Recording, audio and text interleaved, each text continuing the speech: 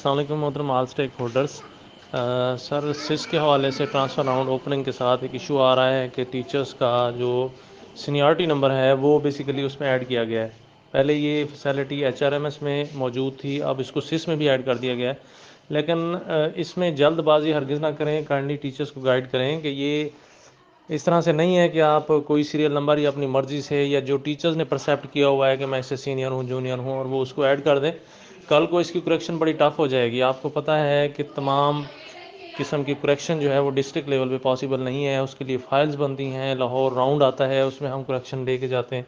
तो काइंडली कोई भी मिसपरसेप्शन इस हवाले से ना फैलाएं। टीचर्स जो है अपनी जो सीनियरिटी नंबर है वो नोटिफाइड सीनियरिटी नंबर इंटर करेगा और वो नोटिफाइड सीनियरिटी नंबर ऑफिस में मौजूद होंगी। अगर नहीं है तो एक दो दिन वेट कर लें, उसको अपडेट होने दें। सीनियरिटी नंबर नोटिफाइड ही इंटर करनी है हमने।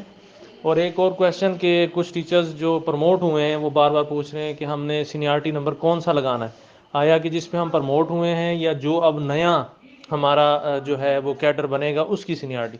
तो नया तो भाई अभी बना नहीं है, वही साहब का सीनियरिटी जिस पे आप प्रमोट हुए हैं। ईएसटी अगर एसएसटी बना है तो ईएसटी का सीनियरिटी नंबर आएगा, इसी तरह से अगर पीएसटी ईएसटी बना है तो उसका पीएसटी का सीनियरिटी नंबर आएगा। तो जिनकी नोटिफाइड सीनियरिटी नंबर अवेलेबल हैं वो अपना इंटर करें और तसल्ली से इसको देखें, कहीं गलती ना हो जाए। तो इसकी लास्ट डेट जो है 31 अगस्त है, तो अभी काफ़ी टाइम हमारे पास मौजूद है। तो इस हवाले से किसी किस्म के बहाम की सूरत में आप उसको क्लेरिफाई कर सकते हैं। Thank you.